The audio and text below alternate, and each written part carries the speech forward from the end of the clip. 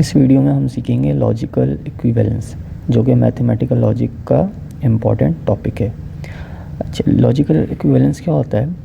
दो स्टेटमेंट या compound propositions logically equivalent कहलाते हैं अगर उनकी ट्रुथ टेबल्स हमेशा सेम रिजल्ट दिखाएं, चाहे उनका लिखने का तरीका अलग ही क्यों ना हो। ठीक है, तो हम बात करते हैं किस चीज़ की, लॉजिकल इक्विवेलेंस की।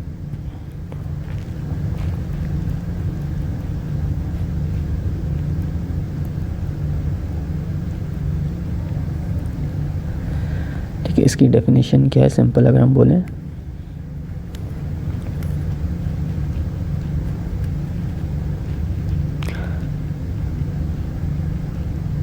two statements are equivalent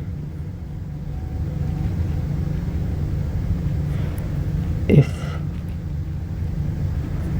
they have the same truth values in all cases। ठीक है,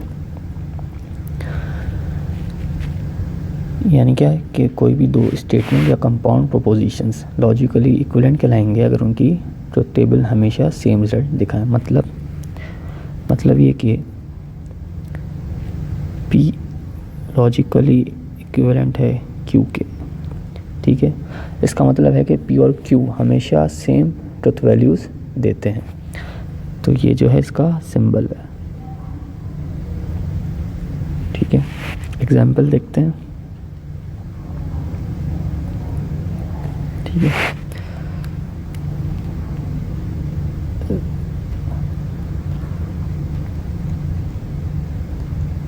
डबल निगेशन लॉ।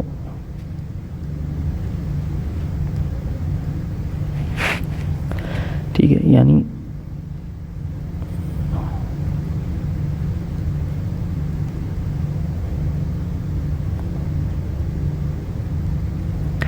अगर एक स्टेटमेंट का ट्वाइस निगेशन किया जाए तो वो ओरिजिनल स्टेटमेंट के बराबर होता है।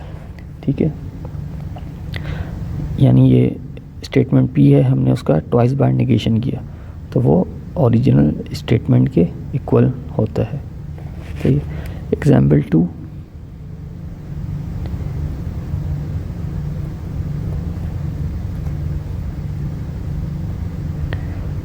कम्यूटेटिव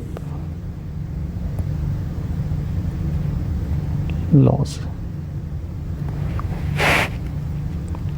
क्या है कि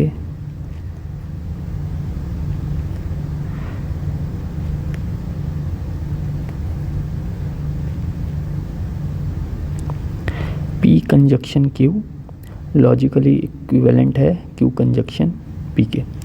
मतलब ऑर्डर चेंज करने से सेम रिजल्ट आता है, उससे रिजल्ट पे फ़र्क नहीं पड़ता।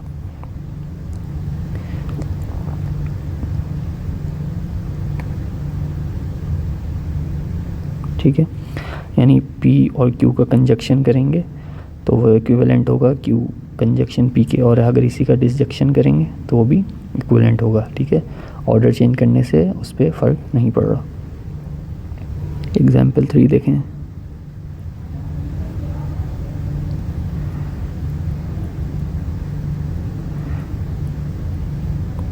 Distributive loss.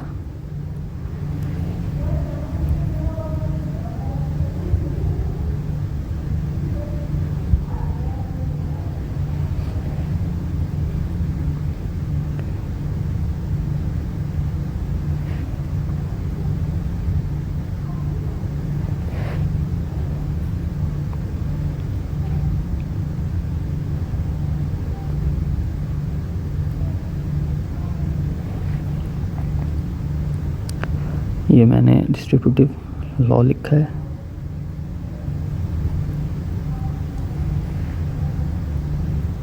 ठीक है, ये बिल्कुल वैसे ही काम करते हैं जैसे अलजेब्रा में डिस्ट्रीब्यूटिव लॉ होता है, बिल्कुल सेम वैसे ही है। यानी अगर P conjunction Q डिसजक्शन R equivalent होगा P कंजक्शन Q के डिसजक्शन P कंजक्शन R के, तो ये डिस्ट्रीब्यूटिव लॉ है जो हम अक्सर अलजेब्रा में पढ़ते हैं। तो ये लॉजिकली इक्विवेलेंट होगा।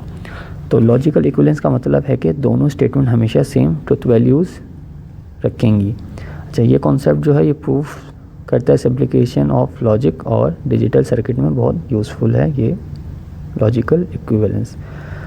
तो मैंने आपको आसान तरीके से समझाया कि लॉजिकल इक्विवेलेंस क्या होता है। अगर आपको इसमें कोई कन्फ्यूजन हो या कोई चीज़ समझ में नहीं आ रही हो तो आप मुझसे पूछ सकते हैं कमेंट में। Thank you.